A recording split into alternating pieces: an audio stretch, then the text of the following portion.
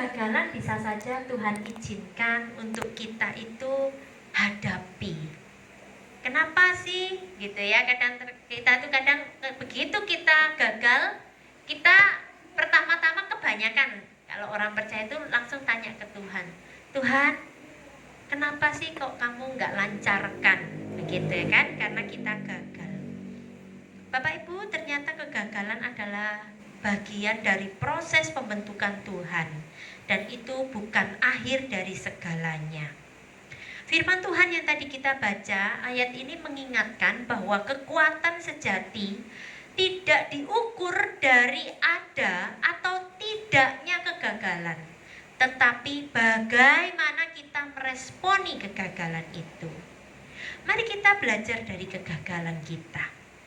Kegagalan bukanlah tanda bahwa Tuhan itu meninggalkan kita, Bapak Ibu.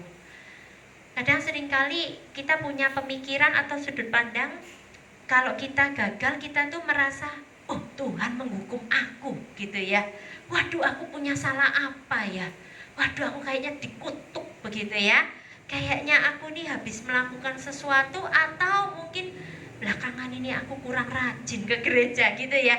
Makanya aku sakit-sakitan. Mungkin kita tuh bisa punya pemikiran seperti itu. Tetapi sebaliknya Bapak Ibu, Tuhan sering memakai kegagalan kita itu untuk membentuk karakter kita, meningkatkan iman kita, dan mengarahkan kita kepada rencana Tuhan yang sempurna. Nah, bagaimana kita meresponi kegagalan dengan cara yang benar? Kita perlu melihat dengan cara pandang yang benar. Kegagalan mengajarkan kita itu untuk apa sih? Untuk bersandar kepada Tuhan. Ketika kita menghadapi kegagalan, kita menyadari bahwa kekuatan kita ini sesungguhnya sangat terbatas, ya, limited gitu ya, terbatas sekali. Justru di dalam kelemahan, kata firman Tuhan ya, kuasa Tuhan itu menjadi sempurna. 2 Korintus 12 ayat 9. Cukuplah kasih karuniaku bagimu, sebab justru dalam kelemahanlah, ini Paulus ya yang ngomong, kuasaku menjadi sempurna. Itu kata Tuhan ya. Ini yang dicatat oleh Paulus di dalam surat 2 Korintus.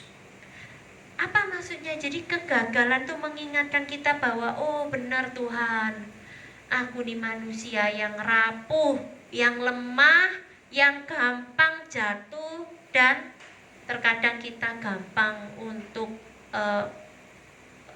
menyerah. Dan kita diingatkan kita punya Tuhan. Tuhan kita tak terbatas. Karena itu jangan kita coba-coba mengandalkan kekuatan sendiri, ya. Percayakan semua beban kita pada Tuhan. Kata firman Tuhan, serahkanlah khawatirmu kepada Tuhan, maka Ia akan memelihara kamu. Ada amin? Amin. Yang kedua, kegagalan adalah peluang untuk bertumbuh. Bapak Ibu, belakangan nih kami ini anak-anak muda bikin kue ya di gereja. Ada waktunya kami tuh gagal ya. Seperti yang paling baru sekali nih kami bikin donat.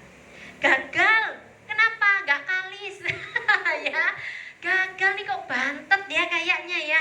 Aduh, kami tuh rasanya udah lama nunggunya, udah malam capek banget, bikinnya susah. Aduh, dapatnya cuman berapa? Ya, memang ya bikin kue itu untuk ngerintis tuh nggak mudah gitu. Apapun sebenarnya ya, usaha apapun tuh nggak mudah. Tapi dari sini tuh kita diajarkan apa ya? Sebuah kegagalan tuh bukan tempat di mana kita itu berakhir, nggak ada harapan dan kita gak punya langkah lagi untuk ke depan. Bukan. Seperti yang kita tahu ada pepatah bilang kesalahan adalah guru terbaik. Kegagalan itu memberi kita kesempatan untuk belajar dari pengalaman kita. Ketika kita gagal, akhirnya apa? Kita kan bertanya-tanya ya, seperti contoh donat itu ya. Ini apa yang salah ya? Apa pakai air dingin? Apa mestinya air anget ya? Apa tadi raginya kebanyakan ya? Itu ya. Apa tadi mixernya kurang lama ya? Jadi kita tuh evaluasi dari situ. Apa yang salah ini ya? Apa salah masukin urutannya gitu ya? Jadi kita akan memperbaiki langkah-langkahnya. Itu sama seperti pengalaman hidup kita. Ketika kita gagal, gagal, coba kita lihat, kita tanya apa ya yang salah di dalam perencanaan kita. Kita tanya sama diri kita, apa strategi saya ini kurang tepat? Coba tanya sama Tuhan, minta hikmat sama Tuhan, supaya kegagalan kita ini menjadi batu loncatan menuju kesuksesan kita nanti, menuju keberhasilan. Yang ketiga, Bapak Ibu, kegagalan melatih kita menjadi orang yang tangguh. Ya, kalau kita nggak pernah jatuh, biasanya kalau anak sepedaan ya, belajar sepeda, biasanya kalau jatuh orang tua tuh bilang apa? Nggak apa-apa, bentar lagi bisa, gitu kan? Nggak apa-apa, ya sudah nangis nanti bentar lagi pasti bisa. Ya, orang itu anak itu menjadi oh ya, rasa percaya diri, akhirnya menjadi lebih tangguh begitu. Setiap kali kita bangkit dari kegagalan, Bapak Ibu, kita itu sedang membangun ketahanan diri kita. Sama seperti otot ya. Nah, kalau yang berolahraga, yang senam, yang nge-gym itu otot kita akan menjadi lebih kuat tuh melalui latihan. Jadi iman kita pun bertumbuh melalui tantangan. Seperti yang dikatakan Galatia 6 ayat 9, janganlah kita jemu-jemu berbuat baik, karena pada waktu yang ditentukan kita akan menuai jika kita tidak menjadi lemah. Jadi ketika Tuhan datang, ketika kita disakiti, maksudnya ayat ini ya, tapi kita terus membalas dengan kebaikan. Jangan jemu-jemu, kita nggak tahu kapan Tuhan datang. Kalau kita jemu, kita malas, kita gondok, orang bilang ya, kita udah ngambek begitu, ndak lagi lah, ndak nyapa lagi sama dia. Udah kita, tahu-tahu Tuhan datang. Ya, kenapa kamu nggak mengampuni saudaramu? Waduh, gimana ya? Kenapa kamu nggak berbuat baik terhadap sesamamu? Pasti kita akan menyesal begitu. Bapak Ibu, tantangan terbesar menghadapi kegagalan itu apa sih? Gak boleh menyerah, itu tantangan terbesarnya. Seringkali karena kita pengen menyerah. Jadi itu tantangan kita bersama ketika kita menghadapi kegagalan.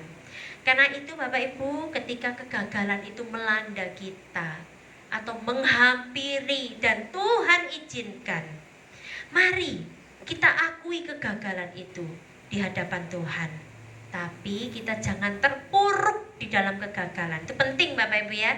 Jadi kita akui, Tuhan ampuni, mungkin selama ini saya merancangkan semuanya apa yang ada di depan, rencana-rencana tanpa tanya Tuhan, ndak berdoa dulu, ndak perhitungan baik-baik, akhirnya jatuh gagal. Tapi janganlah kita terus berkubang di dalam penyesalan kita. Ayo bangkit kembali. Mengakui kegagalan adalah langkah awal menuju pemulihan. Beda dengan orang yang gagal tapi bilang, oh enggak, ini bukan gagal, aku memang coba-coba saja kok, padahal gagal. Kan enggak mengakui toh. Nah, beda. Kalau orang seperti itu, dia tidak akan mengalami pemulihan diri. Nanti dia akan gagal lagi. Oh enggak apa-apa, enggak kok, enggak. Iya, aku nggak sedih kok kalau ada kawannya menghibur gitu. Udahlah, sudahlah, biar. Itu orang yang tidak mengakui, itu mendinai gitu ya perasaan itu. Sebenarnya dia sangat terpukul. Sebenarnya dia sangat sedih sekali. Ada orang-orang yang seperti itu. Maka mari kita menjadi orang-orang yang mengakui dan jujur di hadapan Tuhan. Jangan menyangkal atau membiarkan kegagalan itu terus di dalam diri kita. Ada orang yang melabel dirinya, iya, dari dulu aku selalu bikin usaha apa, selalu gagal. Memang apes aku ini gitu ya.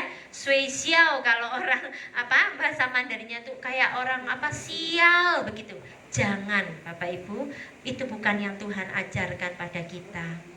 Bapak Ibu, kita ingat bahwa identitas kita ini bukan ditentukan oleh kegagalan atau keberhasilan kita, melainkan oleh kasih karunia Tuhan.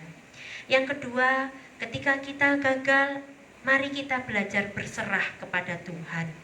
Karena kadang melalui kegagalan tuh Tuhan tuh ingin kayak ngomong kepada kita ya, misalnya, ayo kamu nak berhenti sejenak, ayo kamu tenang sejenak, datang kepadaku.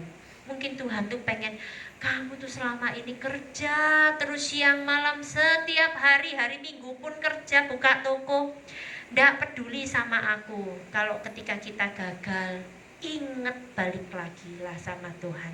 Mungkin Tuhan pengen ya, karena kangen sama kita ya, makanya mungkin Tuhan izinkan itu. Karena itu ketika kita berserah, kita berdoa, jangan kita mencari pelarian yang lain. Jangan malah kita tanya sama Taipak malah apa ya, jangan. Kita harus berdoa kembali kepada Tuhan, serahkan kekhawatiran kita, minta kekuatan sama Tuhan untuk kita bangkit kembali. Yang terakhir, percaya waktu Tuhan adalah waktu yang indah. Ketika kita mau bangkit kembali, kita mau kembali bersandar kepada Tuhan, Tuhan sendiri yang akan memproses kita dan memberikan yang terbaik menurut waktu Tuhan. Amin. Biarlah kita menjadi pribadi-pribadi yang ketika kita mengalami kegagalan hidup, kita diproses karakter kita, iman kita, ketangguhan kita.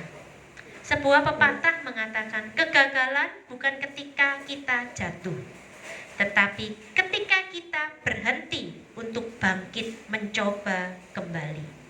Amin. Tuhan Yesus memberkati.